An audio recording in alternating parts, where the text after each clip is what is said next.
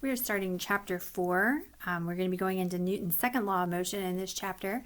This is covering pages 58 to 61.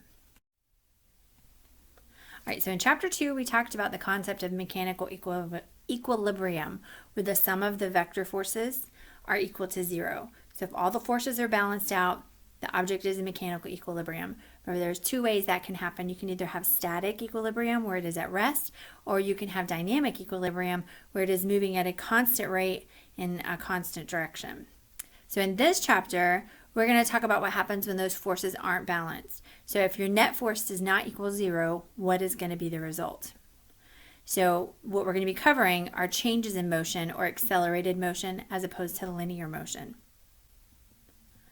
So if you'll remember, the acceleration is equal to the change in velocity and how long it took for that change to occur. That's what acceleration is. All right, so all accelerations are created because a force is acting on an object. So if you apply a force, you're going to make an acceleration, usually.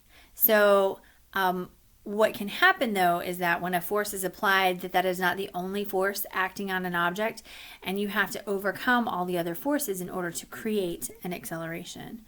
So from chapter 2, what did we call a combination of forces that are acting on an object? What is that combination called? It's called a net force. So acceleration is going to depend on a net force, and specifically that net force being greater than 0. So if you want to increase the acceleration of an object, you have to increase the net force acting on it. So you've got a box and you're pushing it across the floor. If you want to push it faster, then you need to push it harder. You need to increase your force in order to increase the acceleration of the object. So an object's acceleration is directly proportional to the net force acting on it. If you change one, you're going to change another by the same amount. So if you're pushing and you have an acceleration, if you start pushing twice as hard, it's going to go twice as fast. If you start pushing half as hard, it's going to go half as fast. So it's directly proportional. This little symbol right here, this squiggly tilde looking line, that is the sign that represents proportional, not equal, but proportional, so that if you change one, the other will change the same amount. There are going to be a lot of concepts that we come across in physics where we talk about proportionality, that they are related to one another. Directly proportional means if one goes up, the other goes up. Inversely proportional means when one goes up, the other goes down. Pretty important concept to understand, and lots of different topics in physics. All right, so friction is the force that we mainly are concerned about when we talk about net forces and acceleration.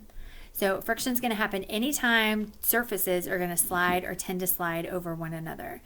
Friction is the reason why you can walk on the ground. Every step you take is because your foot is using the friction between your shoe and the floor to give you forward momentum.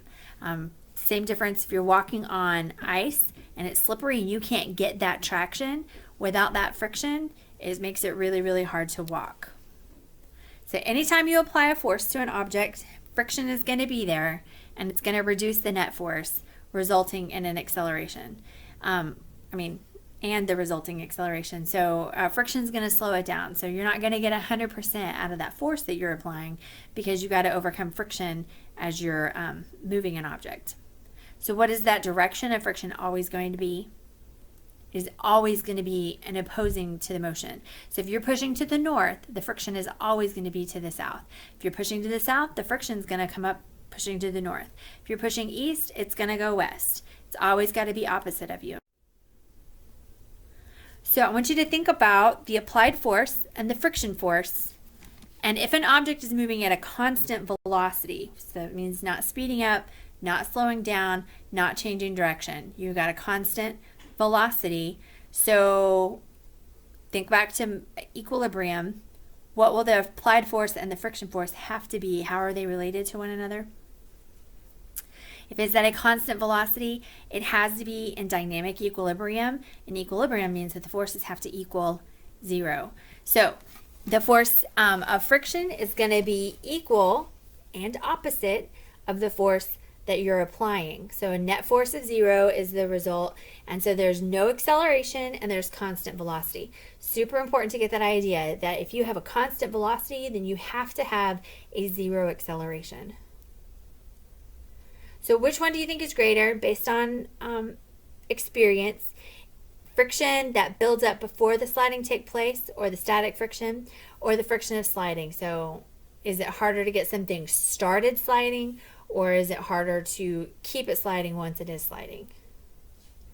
Turns out static friction is always somewhat greater than sliding friction.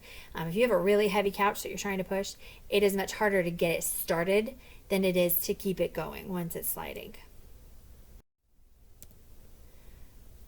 All right, so couple things. Friction, the force that has to do with friction, does not depend on speed. So no matter how fast an object is moving, your force of friction is going to be about the same, whether it's moving at 1 meter per second or if it's moving at 10 meters per second.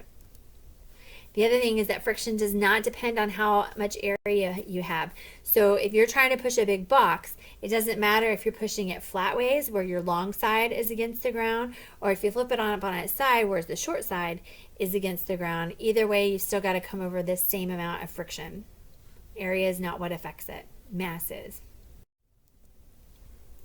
And friction is not restricted to solids sliding over one another. We like to think of it as only being solids, but if you've ever tried to go running in the water, pushing against the water, that would be friction. You've got water friction there. And when you're going through the air, let's say you're driving down the highway in your car, and you stick your hand out the window and you can feel the air is pushing against your hand. That is going to be air resistance or air friction. So those are two different ways.